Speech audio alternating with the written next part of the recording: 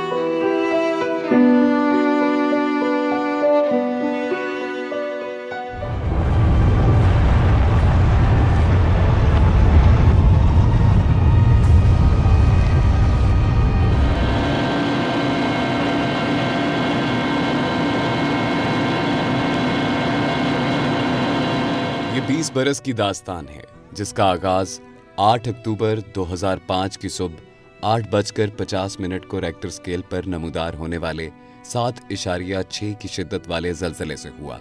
देखते ही देखते आज़ाद जम्मू और कश्मीर का दारुल हुकूमत मुजफ्फराबाद, इसके मज़ाफ़ात, शुमाल में वाक़े बाग डिस्ट्रिक्ट, रावलाकोट, दूर दराज छोटे बड़े देहात और कस्बे गढ़ी हबीबुल्ला, गिरदोनवा से होते हुए खैबर पख्तूनख्वा के इलाकों बालाकोट, मानसेहरा और पटाग्राम तक सवाए मलियामेट हो चुके मकानात, गर्दो गुबार और इंसानी आहो बुका के कुछ बाकी नहीं बचा था। इमदादी काम करने वालों और मुकामी इदारों के जमा करदा आदादोशुमार के मुताबिक 87,000 अफराद जाँ बहक हुए, 1.5 लाख से जायद शदीद जख्मी हुए, जबकि 20,000 के करीब मुतासरीन माजूर हो गए। मजमूई तौर पर आज़ाद जम्मू और कश्मीर और खैबर पख्तूनख्वा के जलजले से मुतासरा इलाकों में 35 लाख अफराद बराह रास्त इस क़यामत खेज जलजले से शदीद मुतासिर हुए। 5 लाख से जायद मकानात मुकम्मल तौर पर मुनहदिम हो गए। पूरे आज़ाद कश्मीर में 2700 तालीमी इदारे तबाह हुए, 400 के करीब अस्पताल और हेल्थ यूनिट्स तबाह हुए। सरकारी इमारतें, सड़कें, राब्ता पुल और इंफ्रास्ट्रक्चर का बड़ा हिस्सा तबाह हो गया। इब्तदाई तौर पर नुकसान का तखमीना 120 अरब रुपए लगाया गया। उस दिन ऐसे हुआ कि मेरे मुंह से निकला, मैंने कहा उठो भागो, लेकिन फिर हमें भागने की मोहलत नहीं मिली। आधे घंटे बाद जाके हमें ये महसूस हुआ कि वो बच्चे स्कूल गए हुए हैं। हमें पहले होश ही नहीं थी। शाहीन पब्लिक स्कूल था, उसमें न सिर्फ वही शहीद हुए बल्कि 73 बच्चे और भी शहीद हुए थे। एक तो वो बड़ा तकलीफ दे एक पहलू था। हर घर में हमने देखा कि डेड बॉडीज़ थी, डेड बॉडीज़ दफनाने वाला कोई नहीं था। एजीके में जो इम्प्लीमेंटेशन हुई है, जो कंप्लीटेड प्रोजेक्ट्स हैं, वो प्रोजेक्ट्स हैं विच वर डायरेक्टली फंडेड। पाकिस्तान में जनरल परवेज़ मुशर्रफ की एक हुकूमत थी। उस शख्सियत ने और उसके मातहत अदारे ने इसको अपनी इज्जत बेइज्जती का मसला बना लिया कि इन लोगों को पाँव पे खड़ा कर। मोबाइल फ़ोन सर्विस और इतलात के दूसरे ज़राए मौजूद ना होने की वजह से जलजले से आज़ाद कश्मीर में होने वाली तबाही के बारे में फौरी इतला न हो सकी, और चूंकि शहर मुकम्मल तौर पर मलबे का ढेर बन चुका था, इसलिए लैंडलाइन भी खामोश थे। पाकिस्तानी शहरियों को सिर्फ ये मालूम था कि इस्लामाबाद में मारगला टावर नाम की इमारत जलजले के बायस मुनहदिम हुई, जिसमें चंद अफराद जाँ बहक हो गए। इससे ज्यादा मालूमात कहीं भी नहीं थी। बालाकोट हाई स्कूल ऐसा बदकिस्मत स्कूल है जिसके 200 से ज्यादा बच्चे 8 अक्टूबर को जिंदगी की बाजी हार गए। ये क़यामत खेज मंजर था। हम इन्वेस्टिगेट्स ने जलजले के ऐनी शाहिद हाई स्कूल बालाकोट के उस्ताद काजी सिराज से बात की, जो उस वक्त क्लासरूम में बच्चों को पढ़ा रहे थे। उस दिन ऐसे हुआ कि मेरे मुंह से निकला, मैंने कहा उठो भागो, लेकिन फिर हमें भागने की मोहलत नहीं मिली। बाहर मैंने जाके देखा, क्या था, क़यामत सुगरा थी। हर तरफ लाशें ही लाशें थी, और उनको कसम पुरसी की यह हालत थी कि उनको निकालने वाला कोई नहीं था। हाँ, हमारे एक वारिस साहब इधर एक हमारे टीचर थे, तो वो और मैं तकरीबन 15 मिनट या 20 मिनट इधर रहा, क्योंकि ये ज़लज़ला सारे इलाके में हुआ था और ये हमें भी मालूम था कि हमारे घर वाले भी अगर पता नहीं ज़िंदा हैं कि नहीं हैं, अगर हैं तो वो उनकी ख्वाहिश ये होगी कि पता नहीं वो जल्दी आ जाए, और वो भी ये सोचते होंगे पता नहीं वो भी ज़िंदा है कि नहीं है, मेरे बारे में सोचते होंगे। तकरीबन हम 20 मिनट के बाद, क्योंकि हमारे पास कोई ऐसी चीज़ें थी नहीं, जो बच्चे बाहर थे उनको तो हमने वहाँ थोड़ा सा बाहर से बाज़ार से जो दुकानें टूटी हुई थी ज़लज़ले से उनका खस्ता हाल हो गई थी, या जो पानी बाहर था वो हम उठा के उनको ला के बच्चों के मुंह में डालते थे। लेकिन तकरीबन हमारे जाते जाते 30 बच्चे जो है जी शहीद हो चुके थे। हमारे यहाँ पे जो सबसे थिक जो हमारी आबादी थी वो मदीना मार्केट है, और बड़ा कंजस्टेड सा एरिया था और बड़ी पुरानी बिल्डिंग्स थी वहाँ पे, तो वो सबसे पहले कोलैप्स हुई थी। और वो पूरी उस मार्केट में जहाँ पे बड़ी रौनक लगी होती थी, तो हम लोग बिल्कुल वो बिल्डिंग्स के लिंटर्स के ऊपर से जो है वो गुज़र रहे थे, और वो सारे मनाज़र हमने कैच किए। मैं उस वक्त घर पे था और जो बच्चे थे वो स्कूल में गए हुए थे। 3 बच्चे थे कि उम्र 11 साल, दूसरे की 9 और तीसरे की 7 साल थी। और उस वक्त मैंने ये देखा कि वो सर से छत जो है वो बाहर जा रही थी। मैं बाथरूम में था। उसके बाद जब मैं बाहर निकलने की कोशिश की तो छत चली गई थी। कोशिश की कि बाद में घर वाली और बच्ची जो है वो उनको देखूं, वो भी उस नीचे जो फर्श है उसके साथ नीचे चले गए थे। तो काफ़ी धूल, गर्द, गुबार और आग और इस तरह की चीज़ें मैंने देखी थी। तो उसके बाद काफ़ी आधे घंटे बाद जाके हमें ये महसूस हुआ कि वो बच्चे स्कूल गए हुए हैं। हमें पहले होश ही नहीं थी कि ये होश में थे, लेकिन ख्याल ही नहीं था कि हमने उनका सोचे। तो वो तीनों बच्चे, फिर हम उधर गए तो वो इलाका सारा तबाह था। ये सामने आई शाइन पब्लिक स्कूल था, उसमें न सिर्फ वही शहीद हुए बल्कि 73 बच्चे और भी शहीद हुए थे। तो बाद में तीसरे दिन जो है रेस्क्यू टीमें आ गई थी, मकामी जो लोग हैं, शहरी आबादी, पंजाब के लोग, KPK के लोग आ गए थे। फिर चौथे दिन तो आर्मी आ गई थी। तो फिर ये रेस्क्यू के काम और ये इस तरह की बहाली का काम शुरू कर दिया था। हमारी जितनी भी बिल्डिंग्स गिरी हैं वो ज़्यादा दीवारों के ऊपर लंटर पड़े हुए थे, टीन की चादरें पड़ी हुई थी। तो सारे जो स्कूल्स हैं, यूनिवर्सिटीज़, कॉलेजेस, उनमें जितनी डेथ्स हुई हैं वो बिल्डिंग कोड उसमें एक बड़ी वजह थी। And same was the case with private housing. अगरचे इस आफत को गुजरे 20 बरस हो चुके हैं, लेकिन ना ही बहाली और तामीर नौ का काम मुकम्मल हो सका है और ना ही बालाकोट के 5200 मुतासरीन को वो महफूज छत मुयस्सर हो सकी है जिनका उनसे वादा किया गया था। आज भी लोगों के 20 साल पुराने जख्म ताज़ा हैं और वो शायद क़यामत तक अपने प्यारों को नहीं भूल सकते, क्योंकि जिस कसम पुरसी और बेकसी में इमारत के नीचे दब जाने वालों ने सिसक कर जाने दी हैं, और जब उनकी लाशों को मलबे से निकाला गया तो जो उस वक्त हालत थी वो बयान से बाहर है। सबसे तकलीफ़देह वाक़या था जो जिसको मैं यानी आज भी यानी 20 साल बाद भी वो कहता हूँ कि एक पूरी स्कूल की बिल्डिंग थी जो कोलैप्स हुई और वो ज़मीन के अंदर धंस गई थी, और वो अभी नया स्कूल बन रहा था। उसके अंदर कोई बच्चे और जो उनके टीचर थे वो जब उनकी डेड बॉडी 8-10 दिन बाद निकाली गई तो उनकी ये जो उंगलियां थी ये यहाँ से कटी हुई थी सबकी। तो जब हमने पूछा कि ये किस तरह से सबकी उंगलियां कटी हुई हैं तो वो बताया गया कि ये चूँकि पूरे वो जो लेंटर था उस समेत ज़मीन में धंस गई थी, तो ज़ाहिर है वो बाहर निकलने के लिए बच्चे और टीचर वो खुरचते रहे। ब्लॉक फ्रेश ब्लॉक लगे हुए थे, अभी उस पर बाकी कोई वायर वो नहीं हुआ था, तो वो खुरचने से उनके हाथ वगैरह वो होते, तो वो वाले बड़े तकलीफ़देह मनाज़र थे। हर मंज़र ही आप देखें बड़ा तकलीफ़देह था, लेकिन बहुत सारे ऐसे हैं जो कम अज़ कम मैं शायद अपनी आने वाली ज़िंदगी में भी नहीं बोल सकूँगा। जब हम बाहर निकले तो बाहर भी यही हाल था, यही मंज़र था, क्योंकि सारी चीज़ें उस मलबे के नीचे दब चुकी थी। तो उस वक़्त कोई चीज़ हमारे पास ऐसी नहीं थी जिससे हम बच्चों को निकालें या लोगों की मदद करें। मदद करने ये था कि जो बाहर थे उनकी हम मदद करते थे। तो ये आपको मेरी पीठ पीछे जो कब्रें नज़र आती हैं ये उन्हीं बच्चों की कब्रें हैं। ये बच्चे दूर दूर के थे, इनके वालिदैन यहाँ नहीं पहुँच सकते थे। 2-3 दिन इंतज़ार करने के बाद गवर्नमेंट ने एक्सवेटर के ज़रिए यहाँ जो है वो कब्रें बनाई। ये एक कब्र में तकरीबन 63 बच्चे हैं और दूसरे में 43 हैं ये बच्चे, और बाज़ लोग जो बाहर थे, जो लावारस थे, उनको भी उठा के यहीं दफन किया गया। तो ये उस दिन की कहानी थी जो आज भी हम अपने लफ्ज़ों में बयान करने से कासर हैं। जब हम वो बात करते हैं तो हमें वही ज़माना याद आ जाता है। दूसरी तरफ समा ये था कि पूरा पाकिस्तान उमड़ आया। लोगों ने इतनी इमदाद जमा की कि मुजफ्फराबाद को जाने वाले रास्ते पर शहर से 35 किलोमीटर दूर कुहाला पुल से शहर के नवाई इलाके दुमेल, जहां दरियाए नीलम और जहलम आपस में मिलते हैं, वहां तक हद्दे नजर सिर्फ ट्रकों की लाइन थी, जिनमें अद्वियात, कपड़े, टेंट, खैमे, बर्तन, हत्ता के बच्चों के खिलौने तक भरे हुए थे। मुल्क भर से लोग उमड़े चले आ रहे थे और खवातीन ने अपने जेवरात तक उतार कर मुतासरीन ज़लज़ला के लिए दे दिए।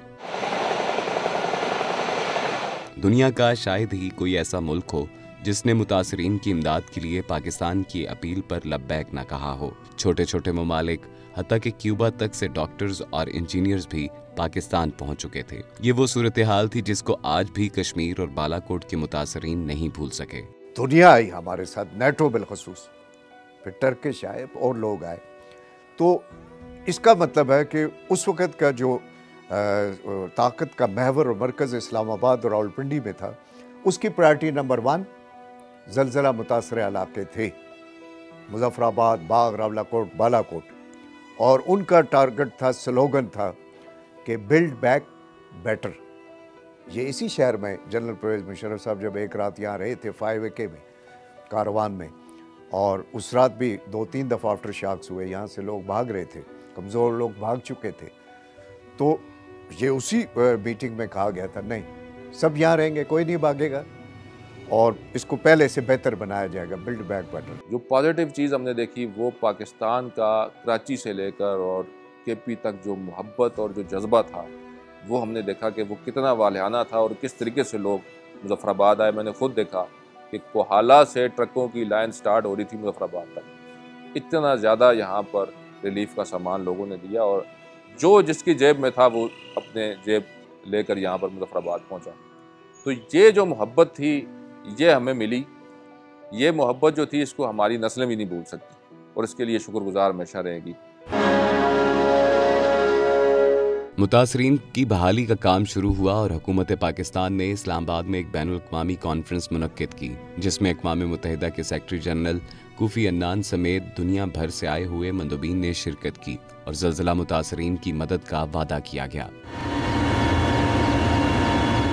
दुनिया ने दिल खोलकर तामीर नौ और बहाली के काम के लिए मदद पहुंचाई। बहुत से ममालिक ने अपने माहिरीन को रवाना किया और आज़ाद कश्मीर समेत खैबर पख्तूनख्वा के मुतासरा इलाकों में बहाली का काम शुरू हो गया। उस वक्त के सदर मुमलिकत और army chief general Pervez Musharraf के किरदार को किसी सूरत नज़रअंदाज नहीं किया जा सकता, जो उन्होंने ज़लज़ला मुतासरीन की बहाली के लिए अदा किया। पाकिस्तान में जनरल परवेज़ मुशर्रफ की एक हुकूमत थी, उनसे आप इख्तलाफ कर सकते हैं, लोग जमहूरियत पे जो यकीन रखते हैं और दीगर मामलात पे उनका अपना एक पॉइंट ऑफ व्यू है, लेकिन मैं आपसे जो मुखातब हूँ, मैं एक ज़लज़ला मुतासरा फ़र्द, आम आदमी के हैसियत से आपसे मुखातब हूँ।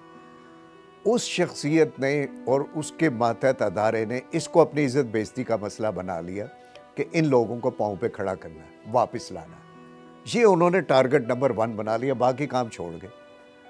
और नेटो यहाँ थी इस एरिया में, उनके कहने पे अगले 24 घंटे में आप देखते हैं कैसे वो अमेरिकन हेलीकॉप्टर जो शनूक, अगर वो ना होते हमारे 25 हेली से तो ये नहीं होना था ना। उसने बैक जुम्बिश कलम पे लैंड और स्ट्रक्चर और कंपनसेशन के लिए उसने 2.5 अरब रुपए सदर पाकिस्तान, जो दुनिया ने उनके अकाउंट में पैसे भेजे थे, उन्होंने यहाँ शिफ्ट कर दिए। हमने उस 2.5 अरब का भी बंदर बांट किया हमारे हुक्मरानों ने। जनरल मुशर्रफ ने जिस तरह से यहाँ पे वो खुद दूसरे दिन यहाँ पे आए, उसके बाद कई रातें उन्होंने यहाँ पे क़याम किया, तो उन्होंने जिस तरह से दुनिया को झंझोड़ा था कि यहाँ की जो सूरत हाल है, तो जितनी इमदाद हमें आई बाहर से, मैं समझता हूँ कि उस तरह के काम हमारे हो नहीं सके। क्योंकि 20 साल का अर्सा गुजर गया तो न्यू बालाकोट सिटी साबिक़ जनरल परवेज़ मुशर्रफ मरहूम ने इसका ऐलान किया था, बालाकोट के जो इफेक्टिव थे रेड जोन एरिया के। तो उस वक्त तो जब तक जनरल मुशर्रफ साहब थे तो उस वक्त तक ये सिलसिला चलता रहा और काम भी वहाँ डेवलपमेंट का लगा रहा। तो उनके जाने के बाद फिर चूँकि सिविलियन हुकूमतें जो आई तो उनके ज़िम्मे पड़ गया, तो फिर ये एरा पैरा की आपस की जो मामलात थे उसके कभी गेंद एक के कोर्ट में, कभी दूसरे कोर्ट में, तो बस इस तरह मतलब है ये सिलसिला जो है वो लटकता ही रहा। ज़लज़ला ज़दा इलाकों में तामीर नौ और बहाली का काम शुरू हुआ। वर्ल्ड बैंक और एशियाई तरक्याती बैंक ने हुकूमत पाकिस्तान के साथ मिलकर नुकसानात और बहाली और तामीर नौ के लिए दरकार फंड्स के बारे में एक रिपोर्ट तैयार की। रिपोर्ट के मुताबिक ज़लज़ले से मजमूई तौर पर 5.2 अरब डॉलर का नुकसान हुआ। मुतासरा इलाकों में तामीर नौ और बहाली के लिए 3.5 अरब डॉलर की जरूरत थी। कुल नुकसानात का 50% वो मकानात थे जिनकी तादाद 5 लाख के करीब थी जो तबाह हो गए। मुतासरा इलाकों में 8,000 तालीमी इदारे तबाह हुए, 400 से ज़ायद अस्पताल और हेल्थ यूनिट्स तबाह हुए। सड़कें, पुल, पानी की सप्लाई लाइनें और बिजली और टेलीकम्युनिकेशन का बड़ा हिस्सा तबाह हो गया। लाइव स्टॉक का एक बड़ा हिस्सा खत्म हो गया।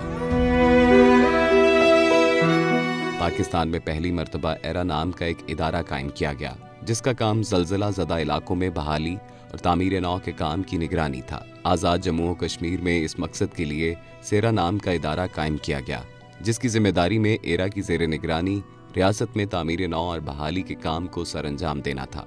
2005 के अर्थक्वेक से पहले पाकिस्तान के अंदर कोई डिज़ास्टर मैनेजमेंट का कोई स्पेशलाइज इंस्टीट्यूशन नहीं था। फर्स्ट टाइम एरा को इस्टेब्लिश किया गया और एरा को मैंडेट दिया गया कि इस डिज़ास्टर की early rescue, relief, reconstruction and rehabilitation को वो देखें। इसमें फ़र्स्ट ऑफ़ ऑल मैं government of Pakistan and then फ़ौज पाकिस्तान का शुक्रगुज़ार हूँ कि उन्होंने इसको एक मेजर डिज़ास्टर को एक अपॉर्चुनिटी फॉर ह्यूमन डेवलपमेंट में कन्वर्ट किया। और सेकेंडली इंटरनेशनल कम्युनिटी का, यूएन एजेंसीज़ का, INGOs का एक बड़ा एक्स्ट्राऑर्डिनरी और वैल्यूएबल कंट्रीब्यूशन है for turning this disaster into an opportunity. ज़लज़ला जो आज़ाद कश्मीर में हिट हुआ वो मुज़फ़्फ़राबाद खाली शहर को हिट नहीं किया बल्कि उसने सराउंडिंग एरियाज़ को भी बहुत हिट किया, जिसमें शहर के अंदर बहुत नुकसान हुआ और सराउंडिंग्स के अंदर भी बहुत ज़्यादा नुकसान हुआ। क्योंकि कैपिटल है मुज़फ़्फ़राबाद, इस शहर की अपनी एक नोयत है, इसकी अपनी एक अहमियत है और इसके अंदर ये हमारा बदकिस्मती से आज मुझे ये बात कहनी चाहिए कि 2005 के ज़लज़ले के बाद जो मास्टर प्लानिंग की गई थी उस मास्टर प्लानिंग के ऊपर हम इम्प्लीमेंट नहीं करा सके। अब अगला मरहला शुरू हुआ जिसमें निशान ज़दा मकामात की तामीर का मरहला था। जाहिद अमीन जो ज़लज़ले के वक्त मुज़फ़्फ़राबाद के एडमिनिस्ट्रेटर बल्दिया थे और शहर उनकी जिम्मेदारियों में अवलीन हैसियत रखता था। जब ज़लज़ले के बाद बहाली का काम शुरू हुआ तो क्या सूरत हाल थी, और जब 2008 के इंतखाबात में इस्लामाबाद में नई हुकूमत आ गई तो फिर बहाली और तामीर नौ के काम की क्या सूरत बनी। ज़ाहिर है मैं पहले 1 साल एडमिनिस्ट्रेटर बल्दिया रहा जब इस शहर की बहाली हो रही थी, आबादकारी हो रही थी, इसकी गलियाँ, सड़कें, इसकी डेबरीज को ले जाया जा रहा था, ठीक किया जा रहा था।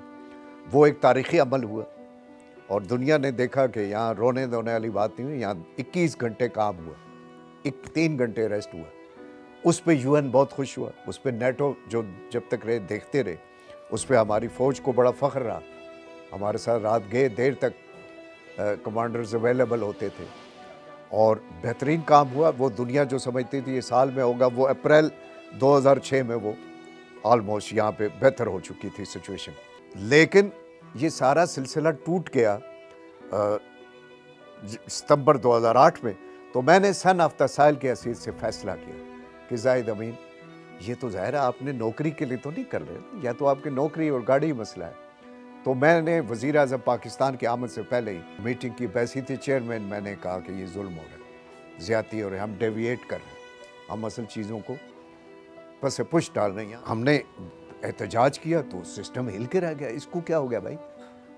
तो मुझे बुलाया गया और बात की गई कि वज़ीर आज़म पाकिस्तान है, आपने कैसी है बात कर दी, वो 8 अक्टूबर को आ रहे हैं, कर दी सर जी, निकाल दें। तो वज़ीर आज़म पाकिस्तान तशरीफ़ नहीं लाए, कमर ज़मान कायरा है on behalf of prime minister Pakistan, उन्होंने वो तशरीफ़ ही नहीं लाए। उन्होंने सोचा यहाँ कोई बहुत बड़ा अवामी रिएक्शन होने जा रहा है, गलत गाइड किया गया।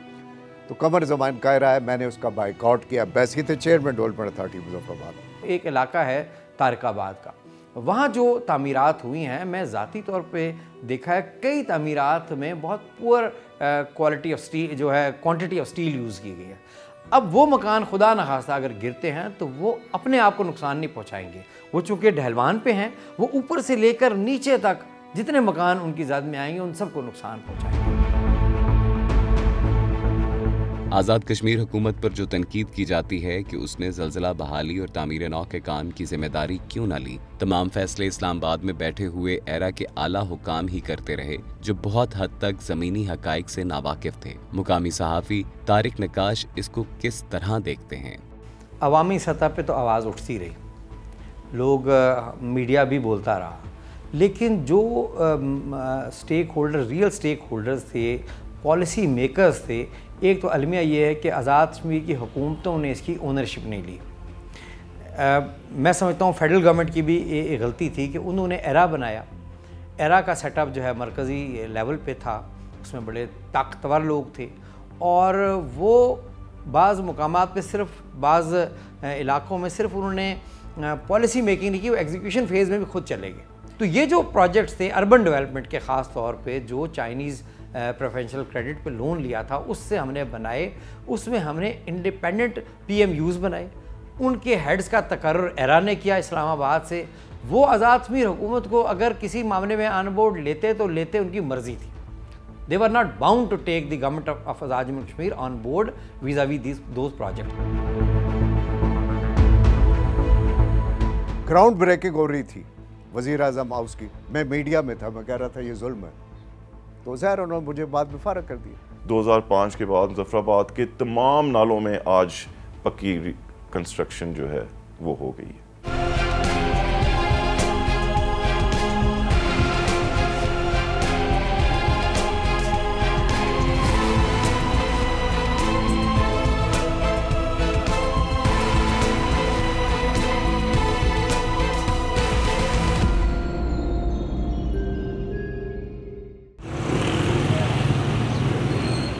मुज़फ़्फ़राबाद शहर के वस्त में एक ऐसा इलाका भी है जहां बेला नूर शाह की पहाड़ी और तारिकाबाद जैसी आबादियां हैं, जहां लाखों लोग आबाद हो चुके हैं। ये वो इलाका है जिसको रेड जोन का नाम दिया गया और यहाँ आबादी से मना किया गया, क्योंकि जिस पहाड़ पर ये आबादी मौजूद है इसको डायनामाइट पहाड़ कहा जाता है, जिसकी निचली सतह भुरभुरी और नरम है, और अगर खुदा न खास्ता दोबारा ज़लज़ला आया तो ये पहाड़ अपनी जगह छोड़ देगा। खतरा किसको है?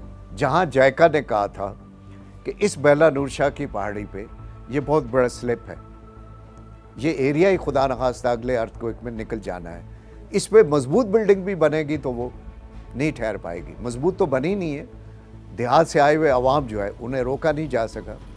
वो ऐसे तमाम एरियाज़ में जो जायका ने कहा था कि यहाँ पर कोई कंस्ट्रक्शन नहीं होनी, आप इसको ग्रीन रखें, तो उसमें एक इशू ये भी आया कि अगर ग्रीन रखना है तो जो इनकी जगह है इनको पैसा देना है ना, अगर ये उसको फ़रोख्त नहीं कर सकते, कुछ बना नहीं सकते, तो सरकार ने लेनी है ग्रीन पर्पस के लिए। 20 साल के बाद ये जो इलाका है इसमें हज़ारों अफराद बिल्कुल मौत के मुंह पर बैठे हुए हैं। मेरे अकब में जो आपको पहाड़ नज़र आ रहा है ये बुनियादी तौर पर क्यानी बस्ती का वो हिस्सा है जो आज से ठीक 20 साल पहले ज़लज़ले का निशाना बना।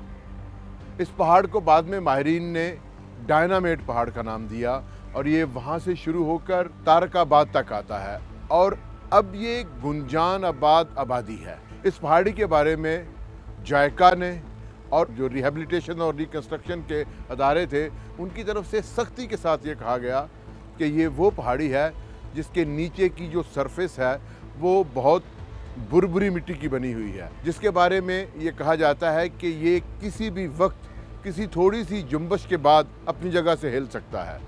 लेकिन यहाँ के मकामी लोगों ने, यहाँ की हुकूमत ने और उन अदारों ने जो रिहेबिलिटेशन में और रिकन्स्ट्रक्शन में तामीर के NOCs जारी कर रहे थे, उन्होंने किसी किस्म का कोई तरद्दुद नहीं किया और लोगों को रोका नहीं।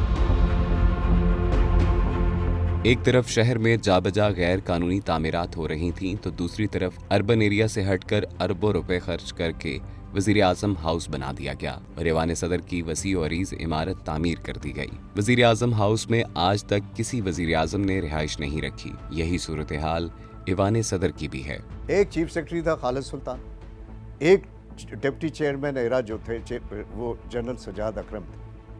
बैसीत चेयरमैन उनके सामने चीखता रहा कि ये बेसिक अर्बन इंफ्रास्ट्रक्चर के ज़ुमरे में नहीं आते, ना प्रेसिडेंट हाउस ना प्राइम मिनिस्टर हाउस। उन्होंने तकब्बर से मुझे फिक्स अप किया, मुझे निकाला MDA से। दोनों हज़रात ने, याजी याकूब डमी वज़ीर आज़म था आज़ाद कश्मीर का, इसने बगैर फाइल के मुझे निकाला। हम पीटते रहे और वज़ीर आज़म हाउस का बताने का मतलब ये कि गुफ्तगू करना मुजाहिद साहब आसान होता है। Once you are in power, अगर आप लल्लुए बने बैठे हैं तो फिर फ़ायदा क्या बाद में बात करने। ग्राउंड ब्रेकिंग हो रही थी वज़ीर आज़म हाउस की, मैं मीडिया में था, मैं कह रहा था ये जुल्म है, तो ज़ाहिर उन्होंने मुझे बाद में फारग कर दिया और उठा के फेंक दिया। बेसिक अर्बन इंफ्रास्ट्रक्चर के पैसे पे 2 बड़े ईवान बना दिए, यूजलेस, जिसमें ना सदर आता है ना यहाँ वज़ीर आज़म रहता है। हमारी तरजीह एक तालीमी इदारा होना चाहिए था, लेकिन हमारी तरजीह बन गया ऐवान सदर। वो ऐवान सदर जहाँ सदर कम कम ही आता है, वो तालीमी इदारा हमारी तरजीह नहीं था जहाँ तालिब इल्म ने या तालिबा ने रोज़ाना आना है। एक और हमसे भी ज़्यादती हुई है, मैं समझता हूँ, we must admit our own faults. Azad हुकूमत में जो पॉलिसी में उन्होंने सोचा कि पैसा चूँकि बहुत आ रहा है, लिहाजा अगर कहीं हमें 4 कमरों का स्कूल चाहिए था, हमने 40 कमरों का डिज़ाइन कर लिया। ज़लज़ले से पहले मुज़फ़्फ़राबाद में गुज्जर नाला नाम का एक बरसाती नाला था, लेकिन ज़लज़ले के बाद शहर में कई नाले बन चुके हैं और सबसे खतरनाक बात यह है कि अब इन नालों के इर्द गिर्द गैर कानूनी तौर पर लाखों अफराद अपने घर और झोंपड़ियां बना चुके हैं। ज़लज़ले की सूरत में या खुदा न खास्ता क्लाउड बर्स्ट की सूरत में इन नालों के इर्द गिर्द बसे लोगों की जिंदगियों को शदीद तरीन खतरात लाहक हो जाएंगे। कोई महफूज नहीं है, और लेकिन ये मुझे ये बात कहने दीजिए कि मैं आपको एक गोजरा नाले की मिसाल देता हूँ कि बैसीत चेयरमैन डेवलपमेंट अथॉरिटी, वहाँ पर एक ग्राउंड बनाता हूँ और मुझसे पहले अच्छे लोग जो हैं फॉरेस्ट के, उनकी प्लांटेशन को प्रोटेक्ट करता हूँ कि लोग उसको नुकसान ना पहुँचाएँ, और उस ग्राउंड में यूथ बच्चे खेलना शुरू करते हैं और हम इलेक्शन हार के चले जाते, हम रिजेक्ट हो जाते हैं। चूँकि हम ग्राउंड्स 3 नए पार्क्स दिए, तो हम नालायक लोग थे, हम हार गए, हम चले गए। जो लोग आए उन्होंने कहा इनका दिमाग ख़राब था, उस ग्राउंड में कोठियाँ बना दी, मकान बना दी। गुलशन कल उन्हीं के नाले में हमने तोड़ा इस स्ट्रक्चर को, वैसे थे चेयरमैन, तोड़ते रहे, बहुत शोर होता था कि जी आप ये स्टे है। मैंने कहा भाई बात सुना, इलीगल है नाले में, आप कैसे यार। हम आते थे और तोड़ते जाते थे। काम किया, तारकाबाद में तोड़ा, नाले नेचुरल कोर्स को बचाने की कोशिश की। मैं आपको इसकी मिसाल इसलिए बता रहा हूँ कि मुझे निशान इबरत सियासी जमातों ने बना दी कि तुमने लोगों को मायूस किया है, तुमने हमारे वोट ख़राब किए, तो मेरे से फासले पर। मेरी आज कोई जमात नहीं। 2005 के बाद मुज़फ़्फ़राबाद के तमाम नालों में आज पक्की कंस्ट्रक्शन जो है वो हो गई है, बजाय इसके कि हम उनको वहाँ से, जो लोग छोटे मोटे थे भी, हम उनको कहीं पे आगे पीछे मूव करते, रीलोकेट करते। आज मुज़फ़्फ़राबाद के तमाम नाले आबादी से भर चुके हुए हैं। बहुत ज़्यादा नुकसान हमारा अंदरून शहर में हुआ। अंदरून शहर के अंदर उसी जगह पे दोबारा रिकंस्ट्रक्शन, उसके अलावा भी शहर के अंदर अलग जगहों पे, तो कोई 4-5% ऐसी जगह पे जहाँ पे कोई रोड्स खुल गई या कोई नए बाईपासेस 2 बन गए, उसके अलावा हम उस चीज़ को हम टैकल नहीं कर सके। इम्प्लीमेंटेशन के गैप्स हैं हमारे एंड के ऊपर। जैसे मैं एग्जांपल दूँ, Muzaffarabad is basically A cup shaped city है। यहाँ पे माइक्रोजोनेशन भी हुई, हैज़र्ड मैपिंग भी हुई, वाटरशेड मैनेजमेंट के सारे जितने चैनल थे आइडेंटिफाई हो के वहाँ पे ये कैटेगोरिकली बताया गया कि आपने यहाँ पे कंस्ट्रक्शन नहीं करनी, लेकिन अनफॉर्चुनेटली वहाँ पे इलीगल कंस्ट्रक्शन है, जो फ्यूचर में अल्लाह गॉड फॉरबिड कि कहीं कोई डिज़ास्टर होता है तो it would be a major threat. तो ये चैलेंज हमारे पास है। If you want to compare it, कि हम इसको कंपेयर करें 2005 से 2020 तक, तो अल्हम्दुलिल्लाह we are in far better position कि हमारे पास इंस्टीट्यूशन मौजूद हैं, हमारे पास नॉलेज मौजूद है, उसकी कैपेसिटी को इन्हांस करने का हमारे पास जो है वो एक जो है वो मेजर चैलेंज है। आज़ाद कश्मीर में एरा और सेरा के किरदार पर बहुत ज़्यादा मवाद मिलता है कि किस तरह इन इदारों ने तामीर नौ और बहाली के काम में नाअहली का मुजाहिरा किया और अहम ओहदेदारों ने इस काम में बहुत माल बनाया। सुप्रीम कोर्ट ऑफ पाकिस्तान ने भी एक सो मोटो नोटिस की समाअत के दौरान एरा के हुकाम को नाअहली और बेतहाशा दौलत ज़ाया करने का जिम्मेदार करार दिया। सुप्रीम कोर्ट में ज़लज़ले के दौरान बेकायदगियों और करप्शन के इल्ज़ामात के साथ साथ न्यू बालाकोट सिटी की तामीर में ताख़ीर के मौजू पर मुकदमात ज़ेरे समाअत हैं। Secretary state disaster management authority Chaudhry Farid तामीर नौ और बहाली के काम में नाअहली के इल्ज़ामात की तरदीद करते हैं और बताते हैं कि रियासत में तामीर नौ और बहाली का कितना काम हो चुका है और कितना अभी बाकी है। आज़ाद कश्मीर की हम अगर बात करें तो 7,608 प्रोजेक्ट्स जो रिकन्स्ट्रक्शन के लिए आइडेंटिफाई हुए थे, जिनमें स्कूलों की बिल्डिंग थी, हॉस्पिटल्स की थी and from other sectors as well. तो उसमें से तकरीबन 5,800 मनसूबे मुकम्मल हुए और ये तकरीबन आप कह सकते हैं कि 1700 प्लस मनसूबे अभी नामुकम्मल हैं। कुछ नामुकम्मल ऐसे हैं जिनमें अभी पिलर बीम की सतह तक काम है, कुछ के प्लंथ लेवल का काम है, कुछ का बिल्कुल भी नहीं शुरू हुआ। तो इसके अंदर आज़ाद कश्मीर गवर्नमेंट ने जो इसका तखमीना लगाया था कि हमारे जो ऑन गोइंग मनसूबे हैं उनके लिए हमें 20 करोड़ के करीब फ़ंड चाहिए और जो मनसूबे रहते हैं जो बिल्कुल अभी शुरू भी नहीं हुए उनके लिए 24 अरब रुपए का फ़ंड चाहिए। अब आज़ाद कश्मीर की जो टोटल ADP है, जो डेवलपमेंट का हम बजट रखते हैं, वो इसके लिए नाकाफ़ी है। बेसिकली एरा जो है वो कंट्रोल कर रहा था और यहाँ पर आज़ाद कश्मीर के अंदर सिरा का इदारा बनाया गया जिसके तहत ये सारी कंस्ट्रक्शन और ये सब कुछ हो रहा था। लेकिन कुछ ऐसे प्रोजेक्ट्स भी हमने देखे कि जिनके तहत यहाँ काम यहाँ बहुत सारा हुआ, कंस्ट्रक्शन भी बहुत सारी हुई है। नो डाउट कि ज़लज़ला के बाद बहुत सारी ऑर्गेनाइजेशंस ने भी यहाँ पे आके काम किया और बहुत सारी ऐसी कंस्ट्रक्शंस की हैं जो कि शायद ज़लज़ला अगर ना आता तो यहाँ पर ना होती। लेकिन कुछ प्रोजेक्ट्स यहाँ पर इस तरह के भी हमने देखे हैं कि जहाँ पर पैसा खर्च हुआ लेकिन पता ना चला कि ये पैसा जो है कैसे खर्च हुआ, उसकी कोई किसी किस्म की कोई पड़ताल नहीं की गई। फॉर एग्जांपल मैं आपको बताता हूँ, यहाँ मुजफ्फराबाद सिटी डेवलपमेंट प्रोजेक्ट लगा, बाग सिटी डेवलपमेंट प्रोजेक्ट लगा और रावलाकोट सिटी डेवलपमेंट प्रोजेक्ट लगा। उसके अंदर यहाँ पर हाइड्रोलिक सीवरेज डाली गई, यहाँ पर एक ग्रेटर वाटर सप्लाई स्कीम कह लें आपके, या फिल्टर पानी घर घर पहुँचाने के लिए यहाँ पर पाइपिंग हुई इन तीनों जगहों पे, बाग में, रावलाकोट में, मुजफ्फराबाद में। लेकिन वो प्रोजेक्ट सक्सेसफुल नहीं हो सके। इसमें तकरीबन कोई 2700 जो है ना वो तालीमी इदारे थे। ये हमारा जो नॉर्थ का एरिया है, ये चूँकि ज़लज़ले ने यहाँ पे हिट किया था मुजफ्फराबाद डिवीज़न और रावलाकोट डिवीज़न, तो कुल तकरीबन 2700 इदारे थे जिसमें मेल फीमेल बच्चे और बच्चियों के स्कूल थे। तो उसमें से अगर हम ये बात करें कि जी कितना काम हो चुका है या कितना बाकी है, तो उसमें तकरीबन जो है ना 1000 के लगभग इदारे ऐसे हैं कि जिन पे काम अभी यानी 500 के लगभग हैं जिन पे काम जारी है। वो चूँकि फ़ंड्स की वजह से रुके हुए हैं और 500 ऐसे हैं कि जिन पे अभी काम होना यानी येट टू स्टार्ट हम कह सकते हैं कि काम होगा। मुजफ्फराबाद के अंदर जितने मंसूबे बनाए गए और जो मास्टर प्लान बना जायका का, उसके तहत शाज़ो नादरी किसी मंसूबे को हमने यहाँ पर इम्प्लीमेंट होते देखा। सिर्फ ये डबल नमा शटर मिले हैं हमें, अभी तक 20 साल हो गए हम इसमें गुजारा कर रहे हैं।